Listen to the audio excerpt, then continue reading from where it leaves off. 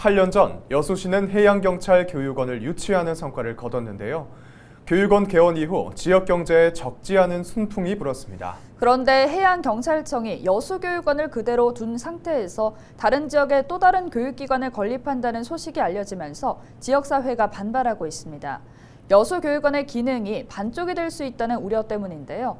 보도에 송하영 기자입니다. 여수해양경찰 교육원입니다. 교직원을 비롯한 상주 인원이 250여 명에 달합니다. 여수시는 교육원을 유치하기 위해 진입도로를 확장해주고 취득세를 감면해주는 등 640억 원 규모의 인센티브 제공을 약속했습니다. 해양경찰 교육원이 여수에 둥지를 튼 지 8년째.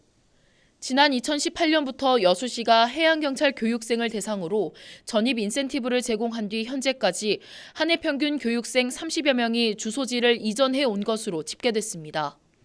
그런데 최근 해양경찰청이 다른 지역에 인재개발원 건립을 추진하고 있는 것으로 확인됐습니다. 여수교육원의 접근성이 떨어져 별도의 교육시설이 필요하다는 겁니다. 인재개발원 건립 부지로 강원도 삼척과 충남 보령, 당진시가 거론됩니다. 해경은 인재개발원 건립에 말을 아끼고 있습니다.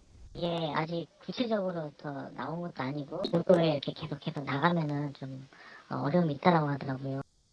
여수시민사회단체는 다른 지역에 인재개발원이 조성될 경우 여수교육원이 제 기능을 못할 것이라고 우려합니다. 교육원 여수 유치 효과도 반감될 수 있다는 겁니다. 시설에 대한 충분한 활성화 노력과 이런 것 없이 다시 인재교육원을 다른 곳에 지어서 교육시설을 이원화한다고 하니까 여수 시민들은 거기에 대해서 좀 우려를 하고 있는 것 같습니다. 애초에 약속했던 것과 또 여수 시민들이 기대했던 것과는 많이 다르다고 생각합니다. 정치권에서는 해양경찰청이 신규 인재개발원 추진이 아닌 기존 교육원 활성화 방안을 제시해야 한다고 밝혔습니다.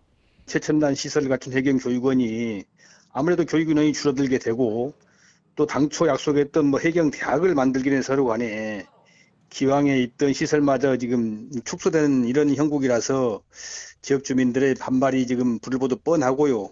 하여튼 간에 약속을 지키지 않는 그런 면도 있기 때문에 저희들로서는 이 부분을 좀 용납할 수가 없다 이런 입장이고요. 해양경찰청은 오는 2027년 개원을 목표로 올 연말까지 최종 후보지를 선정할 계획인 것으로 전해졌습니다. 헬로티비 뉴스 송하영입니다.